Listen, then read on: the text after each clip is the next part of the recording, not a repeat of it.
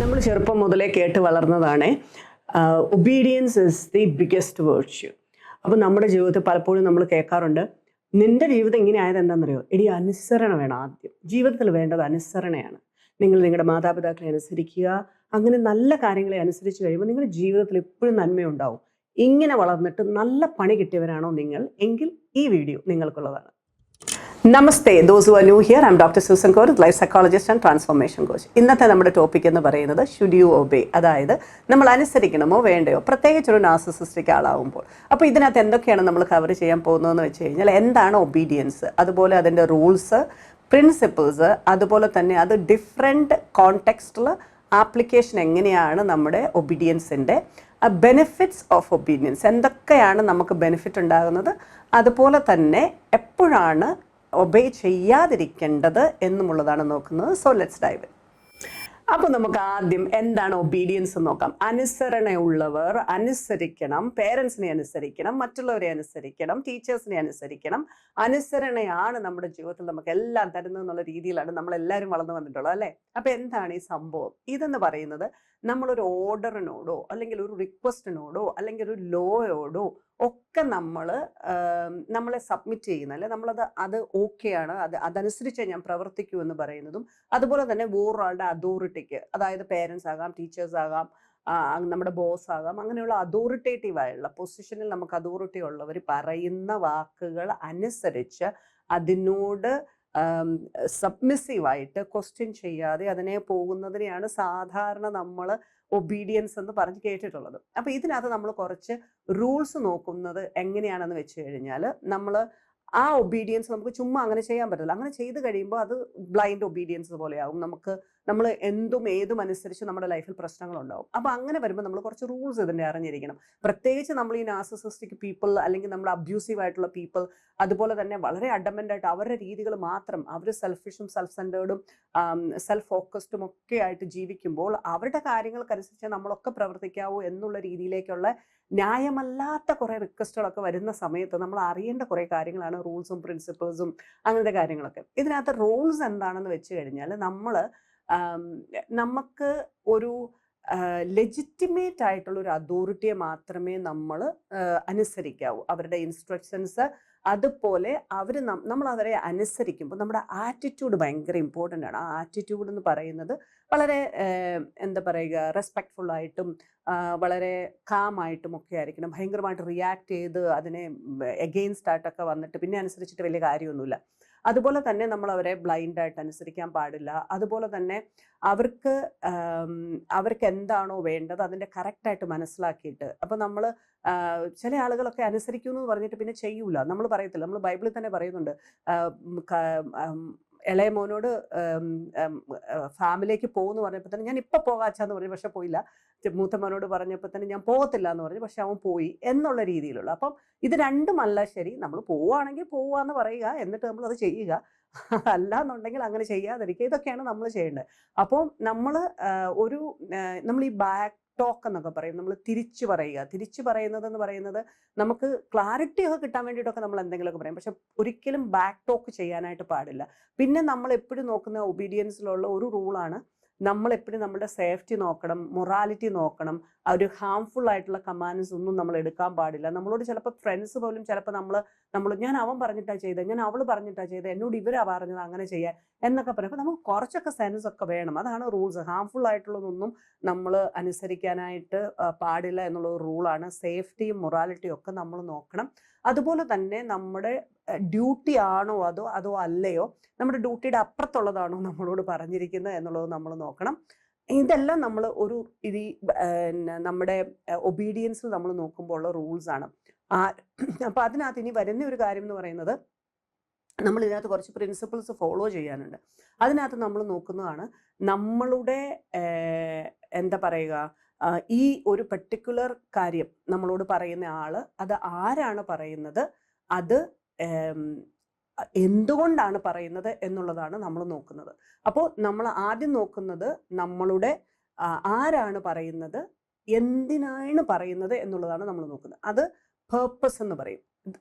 Know the purpose എന്നുള്ളത് ഭയങ്കര important ആണ്. നമ്മൾ പ്രിൻസിപ്പളിലേക്ക് വരുമ്പോഴത്തേനും എന്തിനാണ് ഇവർ പറയുന്നത്, എന്തുകൊണ്ടാണ് പറയുന്നത്, ഇതിൽ നിന്ന് എന്താണ് വരുന്നത്, അതൊക്കെ നമ്മൾ അറിയണം. ആരാണ് ഈ പറയുന്നത്, ഹൂ ഇസ് ദിസ് പേഴ്സൺ എന്നുള്ളത് അറിയണം. അത് അറിയുന്നത് എന്തുകൊണ്ടാണെന്ന് വെച്ചാൽ ഇവരുടെ അതോറിറ്റി എന്താണെന്ന് നമ്മൾ അറിയണം, ഇവരുടെ പൊസിഷൻ എന്താണെന്ന് അറിയണം, ഇവരുടെ വാല്യൂ എന്താണെന്ന് അറിയണം. അപ്പോൾ അതനുസരിച്ച് ഇപ്പോൾ രണ്ടുപേരും നമ്മളോട് പറയുകയാണ്, ഈശ്വര അതേ രണ്ടുപേരും ഇതിലിപ്പോൾ ആരെയാണ് നമ്മൾ അനുസരിക്കുക. പലപ്പോഴും നമ്മൾ എന്താ പറയുക, നമ്മുടെ കൺവീനിയൻസിന് ആരെ അനുസരിച്ചിട്ട് നമ്മൾ ചിലപ്പം ഇപ്പോൾ ഫാദറും മദറും, അപ്പം നമ്മൾ സാധാരണ അതിനകത്ത് ഫാദറിനെ ഒരു ഇച്ചിരി ഹൈ പൊസിഷനായിട്ട് സാധാരണ നമ്മൾ കൾച്ചറൽ കാണാറുണ്ട്, മദറിനെ കുറച്ച് താഴെയുള്ള. അപ്പം ഇവർ രണ്ടുപേരും രണ്ട് കാര്യം പറയുമ്പോൾ ഇതിപ്പോൾ ആരെ അനുസരിക്കുക എന്നുള്ളത് വരുമ്പോൾ നമ്മൾ മിക്കവാറും നമ്മുടെ കൺവീനിയൻസ് എടുത്തിട്ട് നമ്മൾ പറയും, അച്ഛൻ അങ്ങനെ പറഞ്ഞപ്പോൾ അമ്മ എന്നോട് ഇങ്ങനെ പറഞ്ഞു അതുകൊണ്ടാണ് അങ്ങനെ ചെയ്തത് എന്ന് പറഞ്ഞിട്ട് നമ്മൾ മറ്റേയാളെ പഴി ചേരുന്ന ഒരു പരിപാടിയൊക്കെ ഉണ്ട് നമുക്ക്. അപ്പം നമ്മൾ നോക്കുന്നത് ആരാണ് പറഞ്ഞത്, ഇതിൽ ആരാണ് അതോറിറ്റി. രണ്ടുപേരും രണ്ട് കാര്യങ്ങൾ പറയുകയാണെങ്കിൽ അവരെ അതിന് ക്ലാരിറ്റി വരുത്തുക. നമുക്ക് അവിടെയാണ് നമ്മൾ ഈ അണ്ടർസ്റ്റാൻഡ് എക്സ്പെക്ടേഷൻസ് പറയുന്നത്. നമ്മൾ എക്സ്പെക്ടേഷൻസിന് കറക്റ്റായിട്ട് ആ വ്യക്തിയുടെ എക്സ്പെക്ടേഷൻ എന്താണ് എന്നോട് പറഞ്ഞപ്പം അതിന് നമുക്ക് ക്ലാരിറ്റി ഇല്ല എന്നുണ്ടെങ്കിൽ we need to clearly ask for clarity. ഇപ്പം രണ്ട് കാര്യമാണ് നമ്മളോട് പറയുന്നതെങ്കിൽ രണ്ടുപേരോടും ചോദിക്കണം, ഇതിലേതാ ഞാനിപ്പം ചെയ്യണ്ടേ, ഞാനിപ്പോൾ അനുസരിക്കണ്ടേ, ഞാനിപ്പോൾ നോക്കണ്ടേ. നമുക്ക് ക്ലാരിറ്റി ഉണ്ടായിരിക്കണം. എന്നിട്ട് നമ്മൾ always behave with the right attitude. അതായത് നമ്മൾ റെസ്പെക്റ്റ്ഫുൾ ആയിട്ടും ഡിഗ്നിറ്റിയും നമ്മൾ ശരിക്കും നമുക്ക് ഉണ്ടായിരിക്കണം. നല്ല രീതിയിൽ റെസ്പെക്റ്റ്ഫുൾ ആയിട്ടും നല്ല ഡിഗ്നിറ്റി ഉള്ള ആളുകളുമായിരിക്കണം നമ്മളൊരു കാര്യത്തെ ഡീൽ ചെയ്യുമ്പം.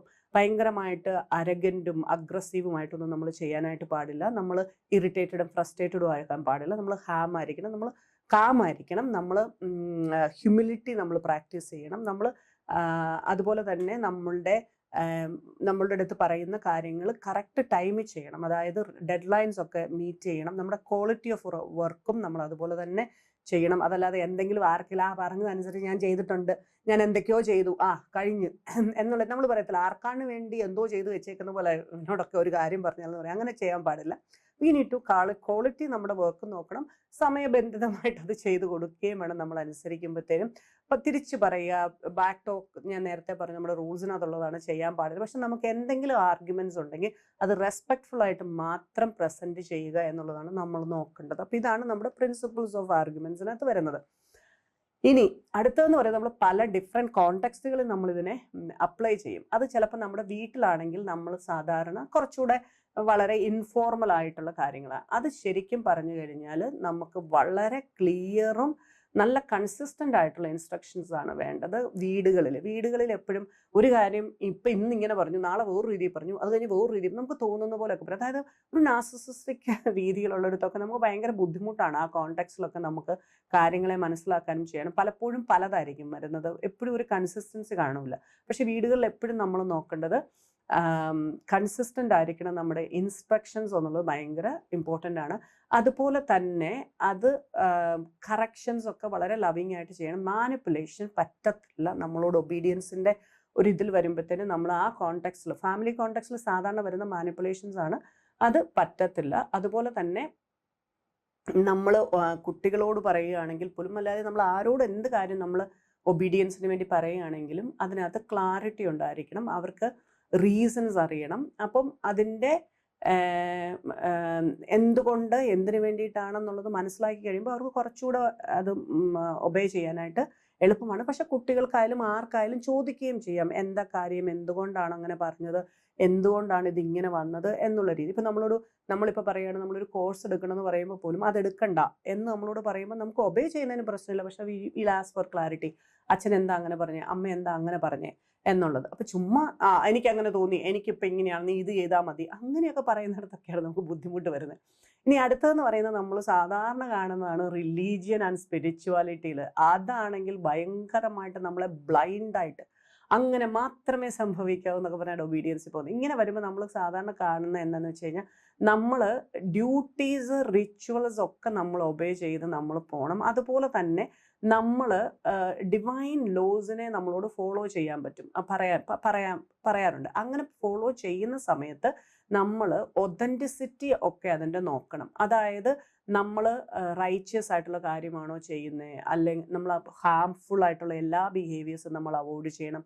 അങ്ങനത്തെ കാര്യങ്ങളൊന്നും നമ്മൾ ചെയ്യാൻ പാടില്ല. വേറെ ആർക്കെങ്കിലും ഉപദ്രവം ഉണ്ടാക്കുന്ന രീതി പെരുമാറുക, അങ്ങനെയുള്ള കാര്യങ്ങളൊക്കെ നമ്മൾ ചെയ്യാൻ പാടില്ല. നമുക്കും അറിയാലോ, നമുക്ക് ബുദ്ധിയും നമുക്കും തിരിച്ചറിയാനുള്ള കഴിവുകൾ തന്നിട്ടുണ്ട്. അപ്പോൾ ഓരോ കാര്യങ്ങളും നമുക്കും വായിക്കാം, നമുക്ക് മനസ്സിലാക്കാം. അപ്പോൾ നമ്മളോട് ഏതെങ്കിലും ലീഡേഴ്സോ ആരെങ്കിലും പറയുകയാണ്, അവരോട് നമുക്ക് ചോദിക്കാം, എനിക്ക് ചില ക്ലാരിറ്റി അറിയാനുണ്ട്, ഇതിങ്ങനെയാണോ ഇങ്ങനെയാണോ എന്ന് ചോദിക്കാം. ഇയാൾ അങ്ങനെ അല്ല എന്നുണ്ടെങ്കിൽ നമുക്ക് വേറെ രീതിയിൽ നമുക്ക് ഏതാണോ ഒതൻറ്റിക് അതാണിക്കണം നമ്മൾ ഒബേ ചെയ്യേണ്ടത്. അതല്ലാതെ റോങ് ആയിട്ടുള്ളത് നമ്മൾ ഒബേ ചെയ്യാൻ പാടില്ല. അതുപോലെ നമ്മൾ വർക്ക് പ്ലേസിലും സ്കൂളിലും ഒക്കെയാണ് നമുക്കറിയാം, നമ്മുടെ മാനേജേഴ്സിനെ ബോസിനെ നമ്മൾ റെസ്പെക്റ്റ് ചെയ്യണം, അവർ പറയുന്ന കാര്യങ്ങൾ അനുസരിക്കണം. പക്ഷെ അനുസരിക്കുമ്പോഴും നമുക്ക് ഇഷ്യൂസൊക്കെ പ്രൈവറ്റ്ലി അവരുമായിട്ട് ഡിസ്കസ് ചെയ്തിട്ട്, അതുപോലെ തന്നെ അവർ പറയുന്ന സ്കൂളിലായാലും കോളേജിലായാലും വർക്ക് പ്ലേസിലൊക്കെ ആയാലും അവർ പറയുന്ന റീസണബിൾ ആയിട്ടുള്ള പെർഫോമൻസിനുള്ള റൂൾസും എന്തൊക്കെയാണ് പെർഫോമൻസ് അവർ എക്സ്പെക്ട് ചെയ്യുന്നത് അതൊക്കെ നമ്മൾ ഒബേ ചെയ്യേണ്ടതായിട്ടുണ്ട്. അതുപോലെ തന്നെ സോഷ്യൽ എൻവയറമെൻറ്റിലാണെങ്കിൽ നമുക്കറിയാം, നമ്മൾ കൾച്ചറൽ ആൻഡ് സോഷ്യൽ പ്രാക്ടീസസിനെ അതിൻ്റെ കൺട്രീസിൻ്റെയും അതിൻ്റെ സ്ഥലങ്ങളും ഒക്കെ അനുസരിച്ച് നമ്മളറിയാം. ഈ അടുത്തിടെയൊക്കെ നമ്മൾ കേട്ടിട്ടുണ്ട്, ആൾക്കാർ ഡ്രസ്സിൻ്റെ അത് കറക്റ്റായിട്ടല്ലാത്തതുകൊണ്ട് അവർ പബ്ലിക് പ്ലേസിലൊക്കെ പോലീസ് അവരെ തടയുന്നു എന്നൊക്കെ പറഞ്ഞിട്ടൊക്കെ നമ്മളിങ്ങനെ വായിക്കാറുണ്ട്. അതൊക്കെ നമ്മൾ നോക്കണം. അതൊക്കെ ആ റൂൾസ് അതനുസരിച്ച് ചെയ്യേണ്ട കാര്യങ്ങളാണ്. അതുപോലെ ട്രാഫിക് റൂൾസ് ഇതൊക്കെ നമ്മൾ നോക്കണം. പബ്ലിക് പ്ലേസിൻ്റെ ഡിഫറെൻറ്റ് അമ്യൂണിറ്റീസിൻ്റെ യൂസേജിൻ്റെ റൂൾസ് ഇതെല്ലാം വരുന്നത് നമ്മൾ നോക്കേണ്ടതാണ്. അത് എന്തുകൊണ്ടാണ്, ഇതിൻ്റെ ബെനിഫിറ്റ് എന്തൊക്കെയാണെന്ന് ചോദിച്ചു കഴിഞ്ഞാൽ നമുക്ക് സേഫ്റ്റി ഉണ്ടാകാനും നമ്മുടെ കാര്യങ്ങൾ പ്രോഗ്രസീവായിട്ട് പോകാനുമാണ്. നമ്മുടെ സോഷ്യലി ആയാലും ഫാമിലി ആയാലും ഒരു ഓർഡർ കീപ്പ് ചെയ്യാനായിട്ട് നമ്മളെ ഹെൽപ്പ് ചെയ്യും. അപ്പോൾ നമ്മൾ റൂൾസും ഇൻസ്ട്രക്ഷൻസും ഒക്കെ നമ്മൾ ഫോളോ ചെയ്യുമ്പോൾ കുറേ ആക്സിഡൻസും കുറേ കയോസും ഒക്കെ നമ്മുടെ പ്രശ്നങ്ങളും ഒക്കെ കുറേയൊക്കെ നമുക്ക് മാറ്റാനായിട്ട് പറ്റും. പിന്നെ നമുക്ക് എല്ലാവരും തമ്മിലുള്ള ഹാർമണി, ഇൻഡിവിജ്വലുമായിട്ടുള്ള കമ്മ്യൂണിറ്റീസും ഇൻഡിവിജ്വലായിട്ടുള്ള എന്താ പറയുക, വളരെ നല്ല രീതിയിലുള്ള ബന്ധങ്ങൾ, സ്ട്രോങ് ആയിട്ടുള്ള കണക്ഷൻസ്, ഇൻ്റർപേഴ്സണൽ റിലേഷൻഷിപ്പ്, ട്രസ്റ്റ് എന്നൊക്കെ നമുക്ക് വരുത്താനായിട്ട് പറ്റും. അപ്പം നമ്മൾ പലപ്പോഴും നമ്മുടെ റിലയബിലിറ്റിയും ട്രസ്റ്റും ഒക്കെ നമ്മൾ വരുന്നത് അങ്ങനെയാണ്. അതുപോലെ തന്നെ നമുക്ക് കുറേ കാര്യങ്ങളിൽ നമുക്ക് വിസ്ഡമും ഗൈഡൻസും ഒക്കെ കിട്ടും.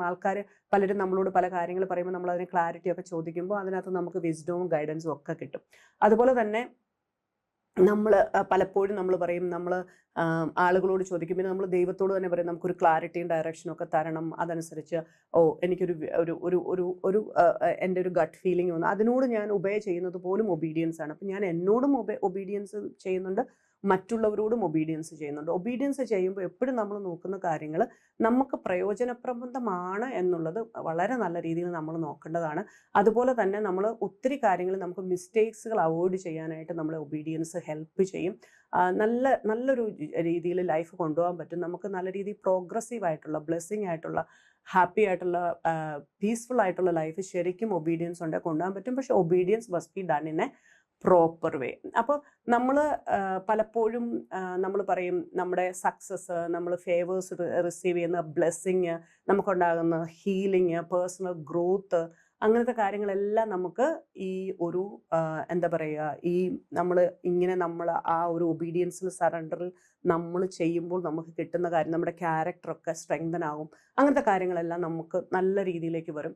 അപ്പോൾ നമുക്കൊരു ഡീപ്പറായിട്ടുള്ള മനസ്സിൽ നല്ലൊരു ഫീലൊക്കെ കിട്ടും. യെസ്, ഐ നോ അങ്ങനെ അനുസരിച്ച് എല്ലാ കാര്യങ്ങളെയും നോക്കി മനസ്സിലാക്കിയിട്ട് വേണം നമ്മൾ എപ്പോഴും അനുസരിക്കാൻ എന്നുള്ളതാണ് ഏറ്റവും ഇമ്പോർട്ടൻ്റ് ആയിട്ടുള്ള ഒരു പ്രിൻസിപ്പിളും ഒരു റൂളും. ഇനി നമ്മൾ നോക്കുന്നത് എന്നാന്ന് വെച്ച് കഴിഞ്ഞാൽ, ഇതെല്ലാം നമ്മൾ നല്ലതിന് വേണ്ടിയിട്ടൊക്കെ നമ്മളിങ്ങനെ ചെയ്യുന്നു. ഇനി നമ്മൾ നോക്കുന്നത് എപ്പോഴാണ് ഒബേ ചെയ്യാതിരിക്കേണ്ടത്, വെൻ നോട്ട് ടു ഒബേ എന്നുള്ളത് ഭയങ്കര ഇമ്പോർട്ടൻ്റ് ആയിട്ടുള്ള കാര്യമാണ് നമുക്ക്.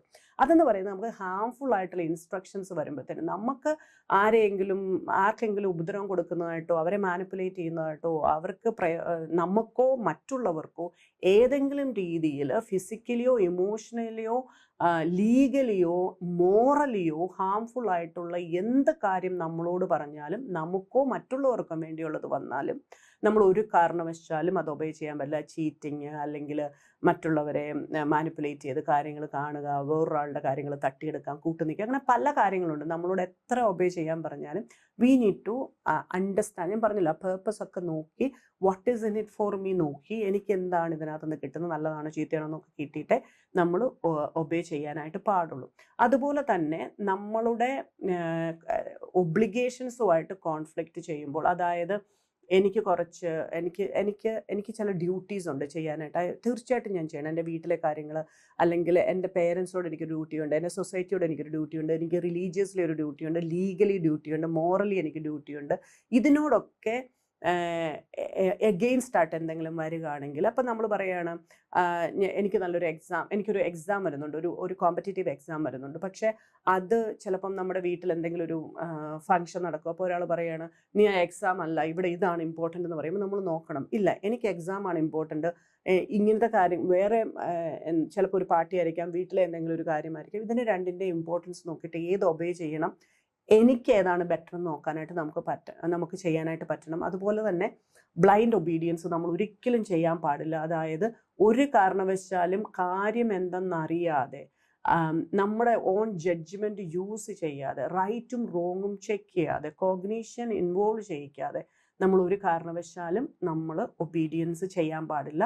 ഇനി നമ്മൾ സെൽഫ് ഡിഫീറ്റിംഗ്, അതായത് എന്നെ ഡിഫീറ്റ് ചെയ്യുന്ന, എന്നെ അഫക്റ്റ് ചെയ്യുന്ന, എൻ്റെ ഓട്ടോണമിയും എൻ്റെ ഏജൻസിയും അഫക്റ്റ് ചെയ്യുന്ന ഒരു കമാൻഡിലും ഒരു കമാൻഡും ഒരു ഇൻസ്ട്രക്ഷൻസും നമ്മൾ ഒബേ ചെയ്യാനായിട്ട് പാടില്ല. പക്ഷേ ഇങ്ങനെ ഒബേ ചെയ്യാതിരിക്കുമ്പോൾ എങ്ങനെയാണ് അതിനെ ഹാൻഡിൽ ചെയ്യേണ്ടതെന്ന് ചോദിച്ചു കഴിഞ്ഞാൽ മറ്റേ ഒബീഡിയൻസിൽ നമുക്ക് വലിയ പ്രശ്നം വരത്തില്ല. പക്ഷേ ഒബേ ചെയ്യാതിരിക്കുമ്പോൾ എപ്പോഴും നമ്മൾ അവരോട് കാര്യങ്ങളെ മനസ്സിലാക്കിയിട്ട് നമ്മളുടെ അപ്രോച്ച് അവരെ പറഞ്ഞ് മനസ്സിലാക്കി വളരെ അസേർട്ടീവായിട്ട്, അധികം പ്രശ്നങ്ങളൊന്നും ഉണ്ടാക്കാതെ ബ്രോക്കൺ റെക്കോർഡൊക്കെ യൂസ് ചെയ്ത് അസേർട്ടീവായിട്ട് നമ്മുടെ കാര്യങ്ങളെ, ഞാൻ പറയാറുണ്ട് ചിലപ്പോൾ നമ്മുടെ ഈ അമ്മിക്കല്ല് പോലെ അങ്ങോട്ടും ഇങ്ങോട്ടും ഉരുളുന്ന രീതി, കീപ്പ് ഇറ്റ് ഷോർട്ട് ആൻഡ് സിമ്പിളിൽ ഇവർക്ക് കാര്യങ്ങൾ പറഞ്ഞിട്ട് മനസ്സിലാക്കിയിട്ട്, നിങ്ങൾ unfortunately it is difficult for me to do that, അതിൻ്റെ റീസൺ ഇതാണ് എന്നുള്ള രീതിയിലേക്ക് പറഞ്ഞ് മനസ്സിലാക്കണം. ബിക്കോസ് നമുക്ക് അബ്യൂസായിട്ട് വരുന്ന, നമ്മളെ യൂസ് ചെയ്യുന്ന, മിസ്യൂസ് ചെയ്യുന്ന, അബ്യൂസ് ചെയ്യുന്ന ഒരു കാര്യത്തിലേക്ക് നമുക്ക് ഇറങ്ങാൻ പറ്റില്ല. കാരണം നമ്മളാണ് നമ്മളെ പ്രൊട്ടക്റ്റ് ചെയ്യേണ്ടത്.